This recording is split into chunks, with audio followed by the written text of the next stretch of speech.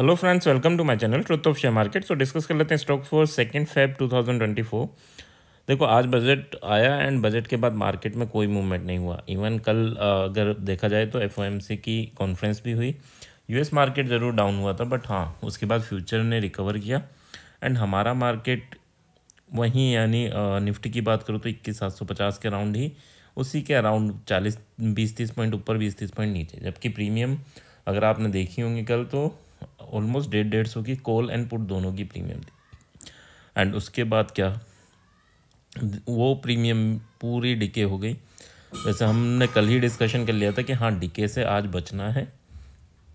And जब तक आपकी बजट का कमेंट्री कंप्लीट नहीं हो जाती, बजट कंप्लीट नहीं हो जाता, तब तक आपको कोई बाइंग एंड सेलिंग अपॉर्चुनिटी नहीं क्रिएट करनी और फिर उसके बाद लेवल ड्रॉ करना है एंड उनके हिसाब से आपको अपनी ट्रेड इनिशिएट करनी है। सो चलो अब बात कर लेते हैं। First of all, this video is only for education purpose. यहाँ मेरा Telegram link and WhatsApp number given है, सो प्लीज़ ज्वाइन कर लें। स्टार्ट करते हैं विद एचडीएफसी बैंक।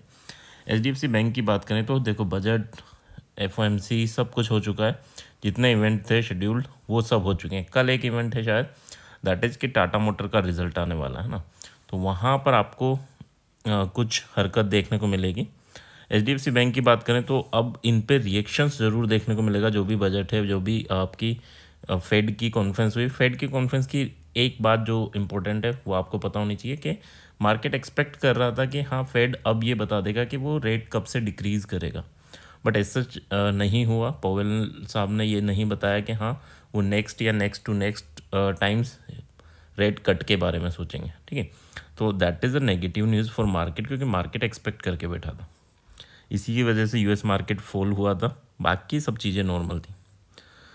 चलो अब बात कर लेते हैं बजट की। बजट में 2 ही पॉइंट इंपॉर्टेंट थे, दैट इज़ के हाँ, एक तो इंटरिम बजट था, केवल 2 महीने के लिए है, फिर इलेक्शंस होंगे और इलेक्शंस के बाद, रिजल्ट के बाद नया बजट होगा, है ना।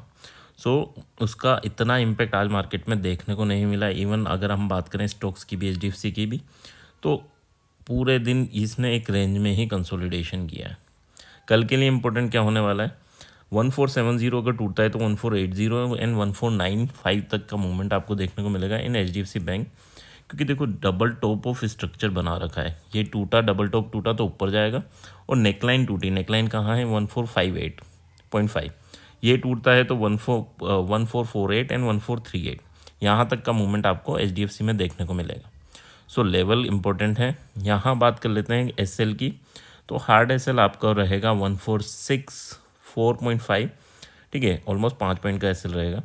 एंड फॉर बाइंग साइड, है ना। सेलिंग के लिए आपका हार्ड एसएल जो रहेगा, दैट इज अराउंड 1465 के अराउंड, है ना। So that's your hard SL. Next बात कर लेते हैं, so that is our Axis bank. Axis bank की बात करें तो एक्सिस बैंक में 1088, कल अगर इसके ऊपर जाता है तो फिर आपको एक अप मूवमेंट देखने को मिलेगा। इसके ऊपर कंसोलिडेशन का मतलब ये रहेगा, फिर ये एक्सिस बैंक आपका अपसाइड मूवमेंट के लिए रेडी हो जाएगा। क्योंकि जो लास्ट टाइम पे इसने ब्रेक किया था तो वो लेवल यही था 1088, है ना।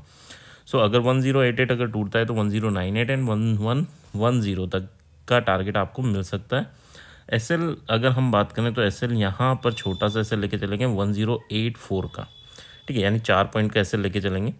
1079 के नीचे हम बियरिश होंगे for the target of 1071 and then 1063।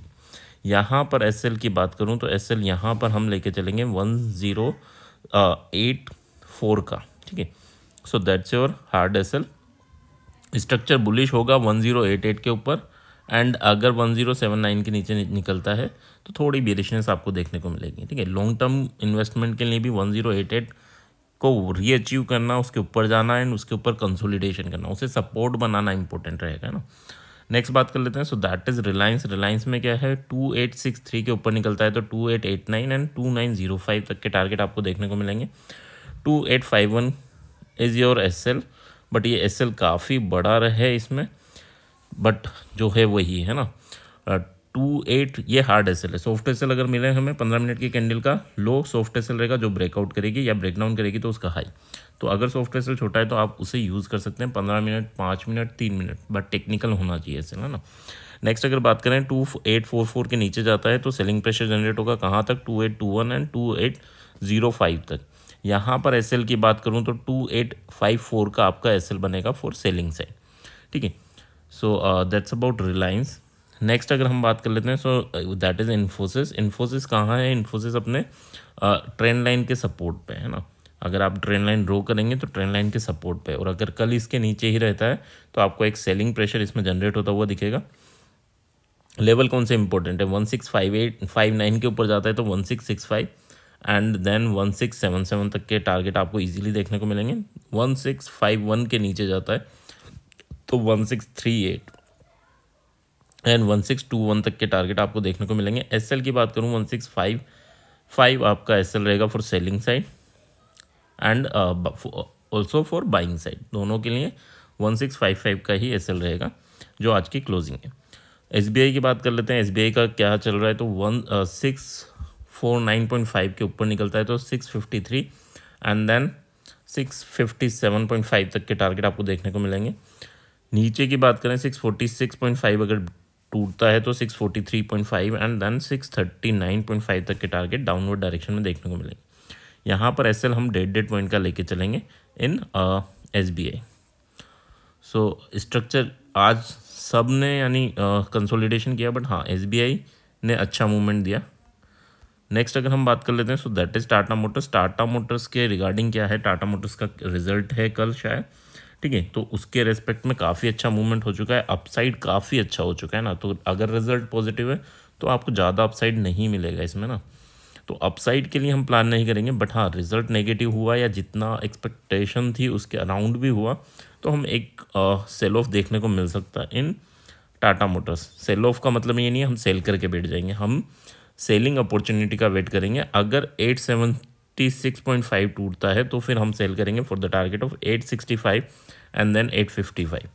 यहाँ पर अगर मैं एसएल की बात करूँ तो 880 का आपका एसएल रहेगा।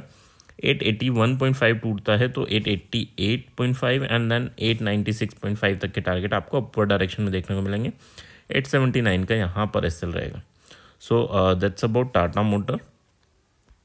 स्ट्रक्चर देखो, रिजल्ट से पहले काफ़ी अच्छी रैली दे दी है ना, तो अगर रिजल्ट आता है पॉजिटिव भी आएगा तो भी यहाँ पर ज़्यादा अपसाइड की उम्मीद मत करना है ना। तो चला जाए अच्छी बात है, बट हाँ हम 80% कोशिश यही करेंगे कि डाउन साइड हमें कोई ट्रेड मिले, ठीक है।